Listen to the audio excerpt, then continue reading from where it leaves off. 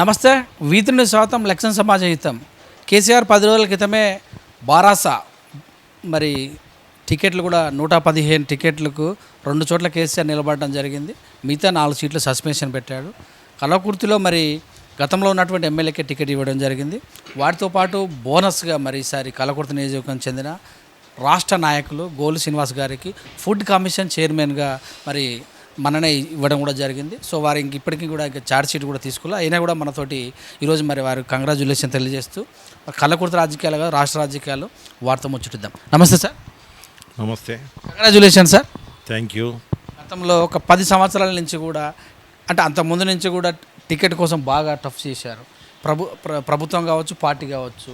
మీరు పదవులు అంటే ఇలాంటి కార్పొరేషన్లు ఇస్తున్నప్పుడు కూడా నాకు సీటే కావాలని బాగా గట్టిగా కూర్చొని ఉన్నారు. కానీ ఈసారి ఈక్వేషన్ తప్ప మీకు కార్పొరేషన్ ఖచ్చితంగా ఇవ్వాల్సిన పరిస్థితి ఎలా చూడాలి?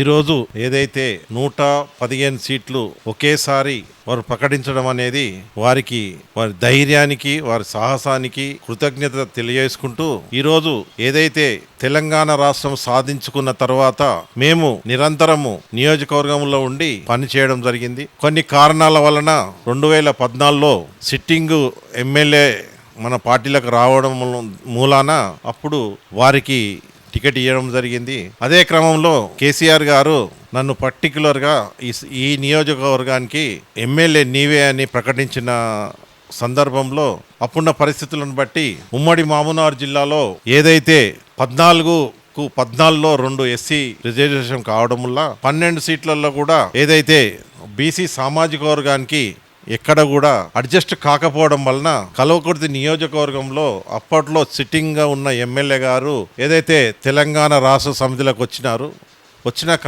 క్రమేపీ ఆయనకు ఇవ్వడం జరిగింది.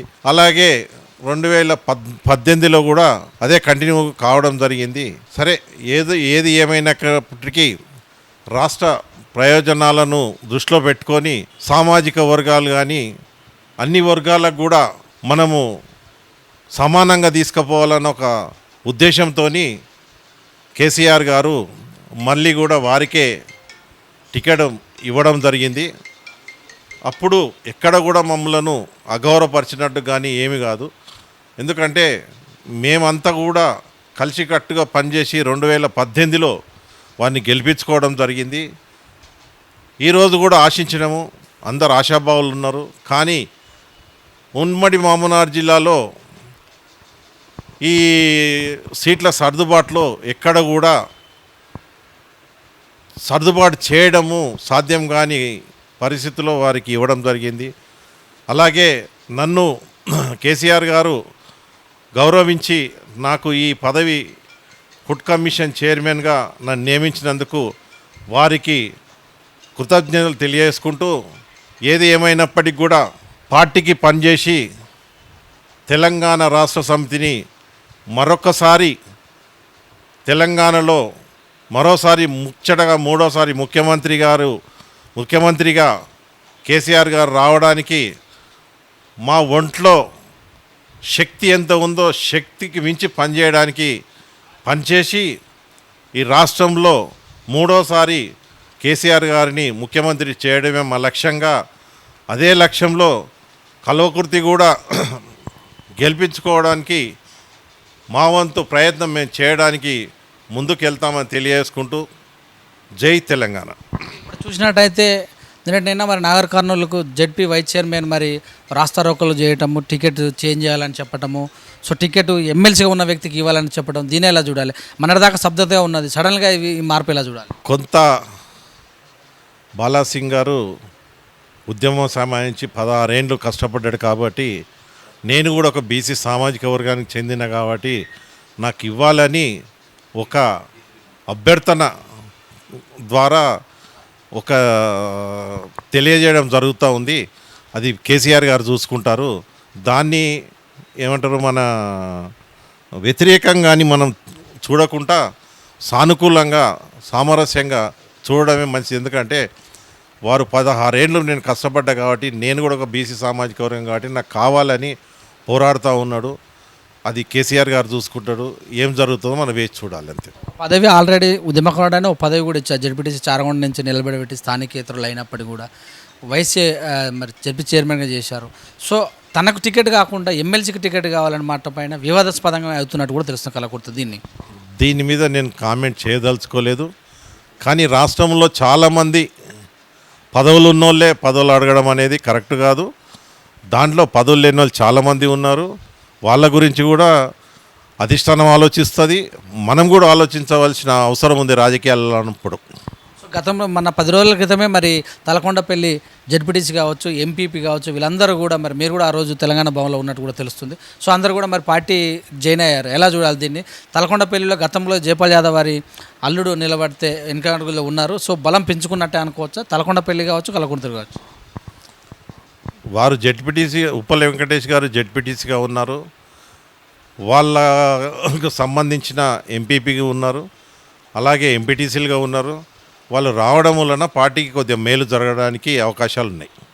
సో మొత్తం మీద చూస్తే కలకుర్తి నియోజకవర్గంలో ఈసారి సెంటిమెంట్తో ముందుకెళ్తామని భారతీయ జనతా పార్టీ డంక బలాయిస్తుంది. దాన్ని ఎదుర్కొనే మరి ఈసారి మీరు చైర్మన్ కూడా ముందుకు వెళ్ళే అవకాశం ఉంది కదా? అంటే సెంటిమెంటు అని కాదు, మేము రాష్ట్ర ప్రభుత్వము ఎన్నో సంక్షేమ పథకాలు కానీ ఏదైతే అభివృద్ధిలో చూసుకుంటే గత 60 ఏళ్ళు 70 ఏళ్ళు పాలించిన పార్టీలను చూసుకుంటే 60 ఏళ్ళ నుంచి ఇప్పటిదాకా చూసుకుంటే మేము అదే 9 ఏళ్లలో మొత్తం కూడా అన్ని విధాలా కూడా నియోజకవర్గాన్ని కానీ రాష్ట్రం కానీ అభివృద్ధి ప్రదంలో నడిపించుకుంటున్నాం. కాబట్టి మాకు సాటి ఎవరు లేరు. అవతల బీజేపీ కానీ కాంగ్రెస్ కానీ మాకు పోటీగా ఉంటుందని మాత్రం నేను అనుకోవటం లేదు. మేము చూస్తే మరి కార్పొరేషన్ చైర్మన్ ఇచ్చినప్పుడు అభిమానులు అంటే మీకు ఆల్రెడీ ఎప్పటి నుంచో తెలుసు పోస్ట్ వస్తుందని కూడా, సో చాలాసార్లు కూడా చెప్పారు, మీరే దాన్ని దూరం పెడుతూ వచ్చారు. అభిమానులు ఏమంటారు? అభిమానులు ఎలా అనిపిస్తుంది? అభిమానుల్లో కొత్తగా అసంతృప్తిగా ఉన్నా కానీ రాష్ట్ర ప్రయోజనం గురించి కానీ రాష్ట్రంలో ఉన్న జరుగుతున్న ఈ టికెట్ల పంపిణీ విషయంలో కానీ రాజకీయాలలో ఉన్న యువత పూర్తిగా బాగా గమనిస్తూ ఉన్నది. కాబట్టి వారికి కూడా కొద్దిగా అవగాహన ఉన్నది. ఏది ఏమైతే ఎక్కడ ఏమి ఈక్వేషన్స్ ఎట్లా సెట్ కావాలి, ఎట్లయితే అవుతుంది అనేది వాళ్ళకి అవగాహన ఉంది. కాబట్టి కొంచెత్తు అసంతృప్తి ఉన్నా కానీ నా నా నా అభిమానులందరూ కూడా ఒక ఎత్తు అయితే సంతృప్తిగా పోనీ ఈసారికి మనం అదే పదవిని కంటిన్యూ చేసుకుందామన్న ఒక సంతృప్తి చెందుతూ ఉన్నారు. సో మరి ఈ పోస్టుకు మరి విధి విధానాలు ఇంకా మీకు ఏం రాలేదు ఇప్పటివరకు కూడా. సో దాని విషయంలో ఎలా ముందుకు అదే నిబంధనలతోటి అదే గోల్ శ్రీనివాస్ అన్న బ్రాండ్తో వెళ్తారా? అలాంటిది ఏం లేదు. ఏదైనా కానీ గోల్ శ్రీనివాస్ రెడ్డి బ్రాండ్ గోల్ శ్రీనివాస్ రెడ్డే. కానీ నాకు ఇచ్చిన పదవి ఏదైతే ఉందో దాన్ని సక్రమంగా దానికి వన్నె తెచ్చే విధంగా దాన్ని ఎక్కడ కూడా మిస్యూజ్ కాకుండా ప్రజలకు ఎంతైతే దాని ఆ పదవి వాళ్ళని అవసరపడుతుందో ప్రజలకు అవసరాలు తీర్చే విధంగా నేను ముందుకు పోతాను. Food corporation chairman commission chairman అయ్యారు. రేపే రక్షాబంధన్ ఉంది. మహిళలకు ఏం చెప్తారు? మీ కలకుర్తి నియోజకవర్గం కావచ్చు, రాష్ట్ర లీడర్ మీరు, రాష్ట్ర వ్యాప్తంగా ఏం చెప్తారు? ముందుగా V3 ఛానల్కు శుభాకాంక్షలు తెలియజేసుకుంటూ ఏదైతే రేపు రక్షాబంధన్ సందర్భంగా నా నియోజకవర్గ ఆడపడుచులకు అందరికీ మహిళలకు అలాగే రాష్ట్రంలో మహిళలందరికీ కూడా శుభాకాంక్షలు తెలియజేసుకుంటాను. Thank you sir, thank you very much.